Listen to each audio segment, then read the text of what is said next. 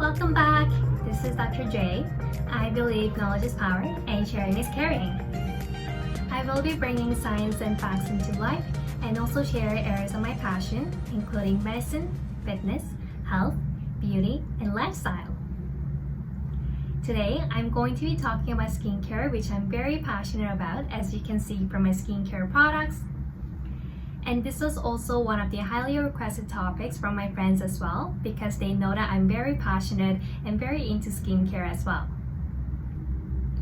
If you have been thinking that you want to improve on your skincare routine but don't really know where to start, or if you started buying different skincare products or came across different products but don't really know what roles and importance they play, you came to the right place. I will be sharing 4 essential steps of skincare routine that everyone should know about. And this will help your skin look more youthful, beautiful, and hopefully in return also help boost your self-confidence. If this is your first time checking out my video, make sure to subscribe to my channel by clicking the button below. And also don't forget to click on the notification bell so that you don't miss out on my coming videos. And now let's get started!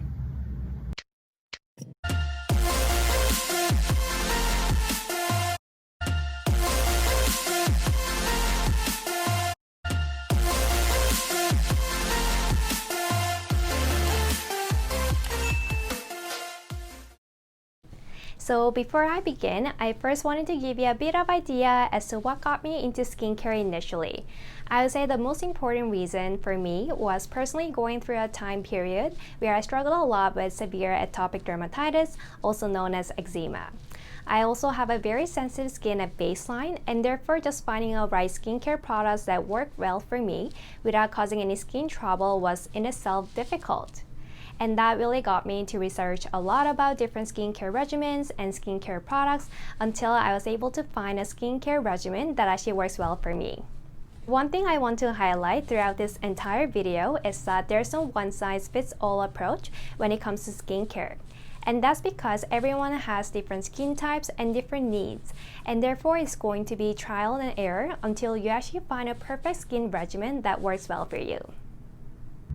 Also, in my next video, I'm going to be sharing specific skincare products that I personally use that has been working well for me. That will be great for sensitive and atopic skin, and therefore if that's something that you're interested in, make sure to watch my next video as well. First thing that we should talk about when it comes to skincare routine is making sure that you're cleansing your face thoroughly and gently.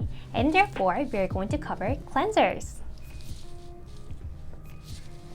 So cleansers are used to remove any impurities, oil, or makeup from your face, and that will actually help unclog the pores and also help prepare the skin for other skincare products that you're going to apply afterwards. They're available in many different forms, including gel, cream, milk, and also micellar water, which is the one that I use. And this is actually a popular form because you don't require water to cleanse your face, and it's very gentle on your skin. For people who have been doing a lot of research about skincare routines, might have also came across double cleansing. For people who don't know what double cleansing is, it's very simple. So first of all, it means that you're going to remove your makeup or SPFs, either using the oil or non-oil based products, and second step would involve just cleansing your face afterwards. And double cleansing will be important for people who actually wear makeup or those who wear sunscreen daily. The other people would be those who actually live in a city because there's additional pollution on your skin.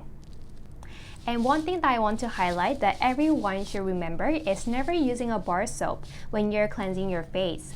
And that's because bar soap actually has a pH of around 9 to 10, whereas our natural skin has a pH of around 4.7, and therefore using a bar soap can actually disrupt the natural skin pH, and thereby it can cause clogging of the pores and also cause worsening of the acne. And therefore, let's remember not to use a bar soap when we are cleansing our face. So the second step of essential skincare routine that everyone should know about is using toners. Toners help rebalance the skin pH that was stripped during cleansing. And toners are usually water-based products, as you can see right here, and they contain active cosmetic ingredients that are actually tailored to your own skincare needs. and this may include plant extracts or essential oils. In terms of 4 major toners include calming, soothing, hydrating, and astringent toners. Benefits of toners include, first of all, reducing the size of the pore, which is pretty important. At the same time, it also helps add additional moisture, protective layer to your skin, and by rebalancing the pH of your skin, it will actually help your skin look fresher. And third step of essential skincare routine is using serums. The one that I use particularly is right here. And serums are used before applying the moisturizer, and they're lightweight molecules that are higher in concentration, and it actually penetrates deeper into your skin to actually deliver the active ingredients. One thing that everyone should remember is that serums are not enough to moisturize your skin, and they should always be paired together with the moisturizer. So fourth step of skincare routine that everyone should know is applying moisturizers. Moisturizers work in one of 2 ways. First, they actually help prevent the moisture from leaving your skin by preventing them from evaporating. Second is restoring the moisture that was once lost from your skin. In terms of 3 major types of moisturizer include occlusive, emollients, or humectant. In terms of occlusive moisturizer, biggest example will be Vaseline. How it works is it actually creates a barrier in your skin, and it's going to prevent the moisture from evaporating.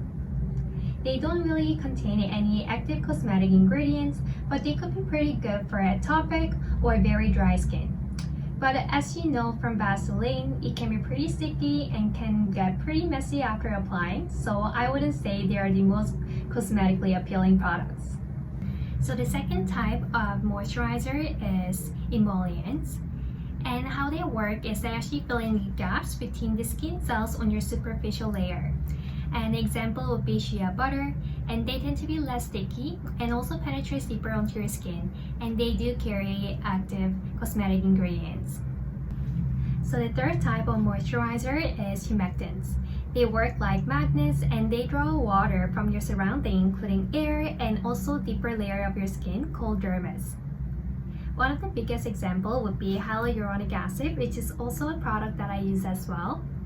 And they're available in many different forms, including creams, gels, ointments, injectables, and even supplements. How they work is humectants, so therefore it draws water from your skin and also from the surrounding as well. And they're so powerful that 1 gram of hyaluronic acid can actually absorb 6 liters of water. Isn't it fascinating? So now the question comes to when should you apply your moisturizer? Well, you should apply it once during the daytime and once before going to bed in the evening. In terms of your daytime moisturizer, it should include sunscreen to prevent photo damage, and at the same time, it should also include antioxidants, and that's going to help address any reactive oxygen species that your skin will be exposed to during the daytime. In terms of your nighttime moisturizer, it should focus a lot on intense moisturization and also soothing and repair. To review, we covered 4 essential steps of skincare routine today, including cleansers, toners, serums, and moisturizer. Again, I want everyone to remember that we all have different skin types and different needs, and therefore your skincare regimen should be tailored to your own needs. I hope that we can make our skin look beautiful by understanding different roles and importance that each of the skincare products play, and hopefully that will also help guide your decision in what skincare products to buy. If you enjoyed this video, make sure to click like and also comment below and subscribe to my channel. And please don't forget, I'm going to be sharing all my skincare products that will be great for sensitive and atopic skin in my next video, so stay tuned for that. And until then, take care!